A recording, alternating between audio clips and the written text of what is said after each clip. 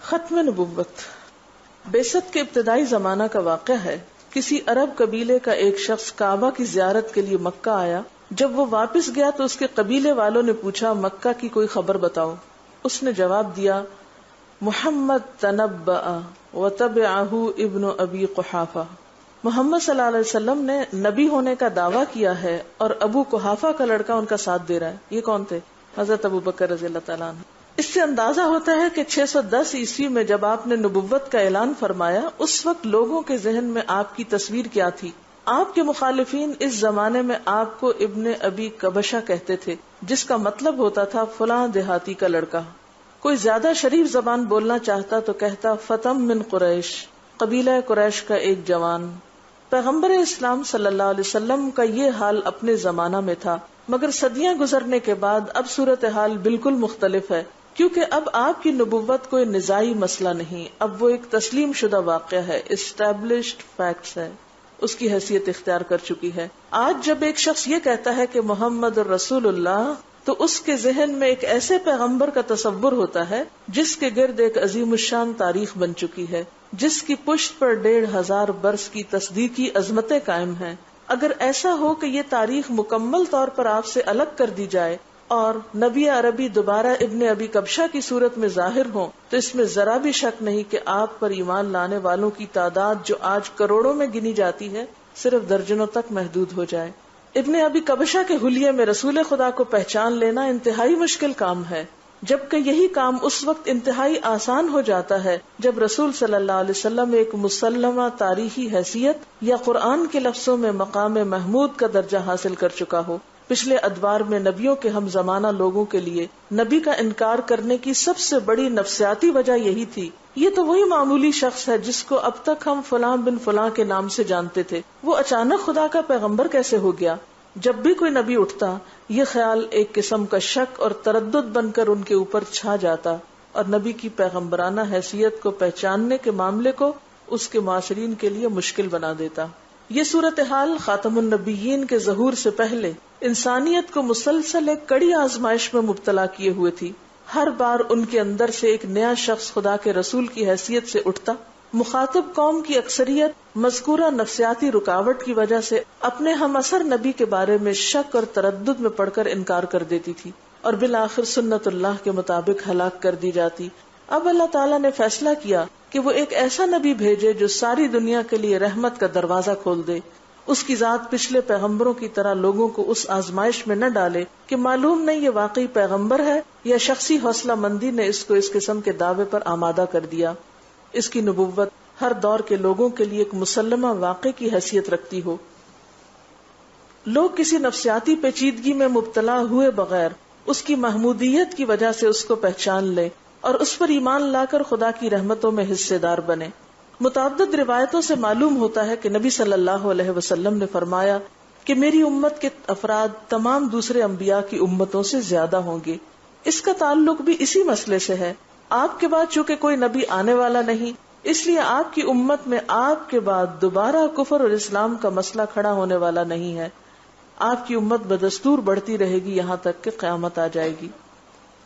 اس معاملے کو بنی اسرائیل کی مثال سے سمجھا جا سکتا ہے۔ حضرت مسیح کے زمانے میں جو یہود تھے وہ سب خدا کی شریعت پر ایمان رکھتے تھے، وہ حضرت موسیٰ کے امتی تھے، مگر ابن مریم کی صورت میں جب ان کے اندر ایک نیا نبی اٹھا تو اس کو ماننا یہود کے لیے ممکن نہ ہو سکا۔ حضرت موسیٰ کو وہ اب بھی مانتے تھے مگر اپنے ہم اثر نبی کا انکار کر رہے تھے۔ اس کی وجہ سے 1 درجن مومنین مسیح کو چھوڑ کر سارے کے سارے یہودی کافر قرار پا گئے۔ حضرت مسیح کے 600 برس بعد جب نبی عربی کی بعثت ہوئی تو مسلمانوں کی اس نئی جماعت عیسائیوں کی تعداد بہت بڑھ چکی تھی، مگر دوبارہ وہی ہوا کہ نئے اسماعیلی نبی کو ماننے کے لیے وہ اپنے آپ کو آمادہ نہ کر سکے۔ وہ تاریخی نبی حضرت مسیح پر بدستور ایمان رکھتے تھے مگر اپنے ہم اثر نبی حضرت محمد صلی اللہ علیہ وسلم کے منکر تھے۔ اس کی وجہ سے دوبارہ ایسا ہوا کہ نبوت محمدی پر ایمان لانے والے چند عیسائیوں کو چھوڑ کر پوری عیسائی قوم کو کافر قرار دے دیا گیا کیونکہ وہ مانے نہیں۔ ختم نبوت کی وجہ سے امت محمدی میں اس قسم کی چھٹنی کم از کم موجودہ دنیا میں دوبارہ ہونے والی نہیں، اس لیے آپ کی امتیوں کی تعداد بھی دوسرے انبیاء کے پیروکاروں سے زیادہ رہے گی۔ یہ بھی ایک پہلو ہے آپ کے رحمت للعالمین ہونے کا، جو اس لیے حاصل ہوا کہ اللہ تعالیٰ نے آپ کو مقام محمود پہ کھڑا کیا مقام محمود دنیاوی اعتبار سے یہ ہے کہ آپ کی نبوت کو ساری دنیا کے لیے ایک تاریخی مسلمہ بنا دیا گیا. یہی تعریفی حیثیت قیامت کے دن خصوصی خداوندی اعزاز کی صورت میں ظاہر ہوگی جو اولین و آخرین میں آپ کے سوا کسی کو حاصل نہ ہوگی. مگر کسی نبی کو مقام محمود پر کھڑا کرنا سادہ طور پر محض نامزدگی کا معاملہ نہ تھا، ایک نئی تاریخ کو ظہور میں لانے کا معاملہ تھا. اس کے لیے ایک طرف ایسی معیاری شخصیت درکار تھی جیسی کوئی دوسری شخصیت بنی آدم میں پیدا نہ ہوئی ہو، دوسری طرف ایسی قربانی اور حوالگی یعنی اپنے آپ کو اللہ کے سپرد کرنا درکار تھا جیسی قربانی اور حوالگی کا ثبوت کسی دوسرے انسان نے نہ دیا ہو. یہی وہ نازک لمحہ تھا جبکہ خدا نے اپنے بندے کو پکار کر کہا، یا ایھا المدثر قم فانذر ولربک فاصبر، اور کمبل میں لپٹی ہوئی اس عظیم روح نے لبیک کہہ کر اپنے آپ کو ہمتن خدائی منصوبے کے حوالے کر دیا. اس کے بعد طویل عمل کے نتیجے میں بالآخر وہ نبوت ظہور میں آئی جو سارے عالم کے لیے رحمت بن گئی، جس نے انسانی تاریخ میں بار بار نئے نبیوں کی آمد کے آزمائشی دور کو ختم کیا اور ایک مسلمہ نبوت کے دور کا آغاز کر کے لوگوں کے لیے خدا کی رحمتوں میں فوج در فوج داخل ہونے کا دروازہ کھول دیا. نبوت کو تاریخی مسلمہ بنانے کا دوسرا مطلب یہ تھا کہ آئندہ کے لیے نبیوں کی آمد کا سلسلہ بند ہو جائے، مگر یہ بھی محض اعلان کا معاملہ نہ تھا. ختم نبوت سے پہلے ضروری تھا کہ چند شرائط لازمی طور پر پوری ہو چکی ہوں. نمبر 1، زندگی کے تمام معاملات کے لیے احکام خداوندی کا نزول، وَهُوَ الَّذِي أَنزَلَ إِلَيْكُمُ الْكِتَابَ مُفَصَّلًا. نمبر 2، انسانی کردار کے لیے کامل نمونہ سامنے آنا، لَقَدْ كَانَ لَكُمْ فِي رَسُولِ اللَّهِ أُسْوَةٌ حَسَنَةٌ. نمبر 3، وحی الہی کی دائمی حفاظت کا انتظام، نَحْنُ نَزَّلْنَا الذِّكْرَ وَإِنَّا لَهُ لَحَافِظُونَ.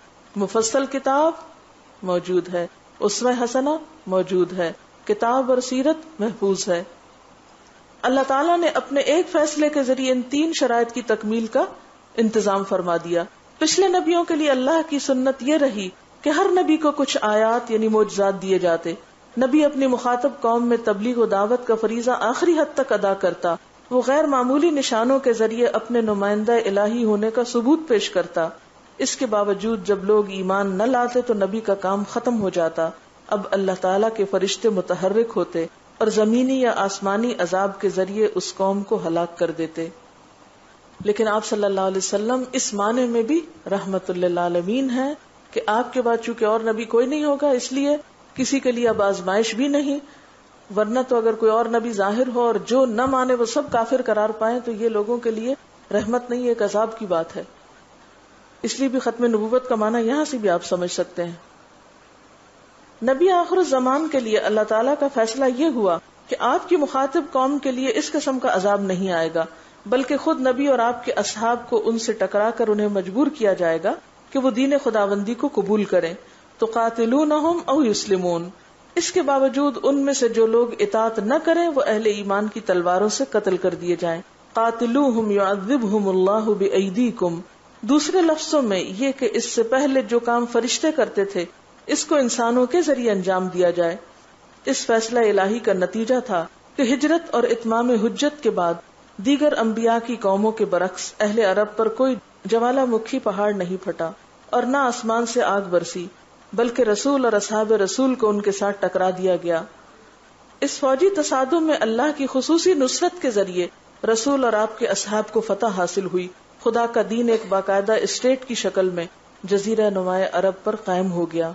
اس واقعے کے مختلف نتائج میں سے ایک نتیجہ یہ تھا کہ دعوت نبوت کو انفرادی تقاضوں سے لے کر اجتماعی معاملات تک زندگی کے تمام مراحل سے گزرنا پڑا اور انسانی زندگی کے تمام پہلوؤں کے لیے مسلسل احکام اترتے رہے. اگر یہ واقعات پیش نہ آتے تو اسلامی شریعت میں ہر قسم کے احکام نہیں اتر سکتے تھے، کیونکہ اللہ کی یہ سنت ہے کہ وہ حالات کے لحاظ سے اپنے احکام بھیجتا ہے. ایسا نہیں ہوتا کہ کتابی مجموعہ کی شکل میں بیک وقت سارے احکام لکھ کر نبی کو دے دیے جائیں.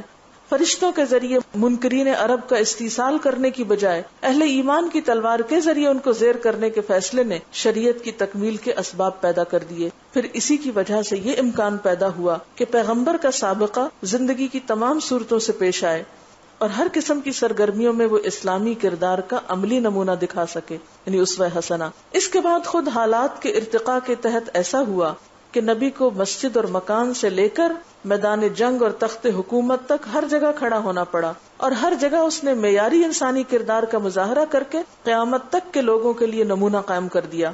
پھر اسی واقعے نے قرآن کی حفاظت کی صورتیں بھی پیدا کی۔ پچھلی آسمانی کتابیں جو محفوظ نہ رہ سکی، اس کی وجہ یہ تھی کہ نبی کے بعد ان کتابوں کی پشت پر کوئی ایسی طاقت نہ رہی جو بزور ان کو ضائع ہونے سے بچاتی۔ پیغمبر اسلام اور آپ کے اصحاب نے اپنی ہم عصر قوموں سے مقابلہ کر کے اولاً عرب اور اس کے بعد قدیم دنیا کے بڑے حصے پر اسلام کا غلبہ قائم کر دیا۔ اس طرح کتاب الہی کو حکومتی اقتدار کا سایہ حاصل ہو گیا، جو خدا کی کتاب کو محفوظ رکھنے کی یقینی ضمانت تھا۔ یہ انتظام اتنا طاقتور تھا کہ 1000 برس تک اس میں کوئی فرق نہ آ سکا۔ اسلامی اقتدار کے زیر سایہ قرآن ایک نسل سے دوسری نسل تک پہنچتا رہا، یہاں تک کہ صنعتی انقلاب ہوا، پریس کا دور آ گیا، جس کے بعد قرآن کے ضائع ہونے کا کوئی سوال نہیں۔ یہ سب جو ہوا اس طرح ٹھنڈے ٹھنڈے نہیں ہو گیا جیسے ہم آج اس کو سیرت اور تاریخ کی کتابوں میں پڑھ لیتے ہیں۔ اس کے لیے نبی اور آپ کے ساتھیوں کو ناقابل برداشت طوفان سے گزرنا پڑا۔ کفار کے مطالبے اور نبی کی خواہش کے باوجود ان کو فوق الفطری معجزے نہیں دیے گئے۔ نتیجہ یہ ہوا کہ انہیں اپنے اخلاق اور کردار کو معجزاتی واقعات کا بدل بنانا پڑا، یعنی بجائے معجزے آنے کے انہیں اپنے اخلاق اور کردار کے معجزے دکھانے پڑے۔ ان کے مکذبین کے لیے کوئی ارضی اور سماوی عذاب نہیں آیا، اس طرح انہیں وہ کام کرنا پڑا جس کے لیے پہلے بھوچال آتے تھے، آتش فشاں پھٹتے تھے۔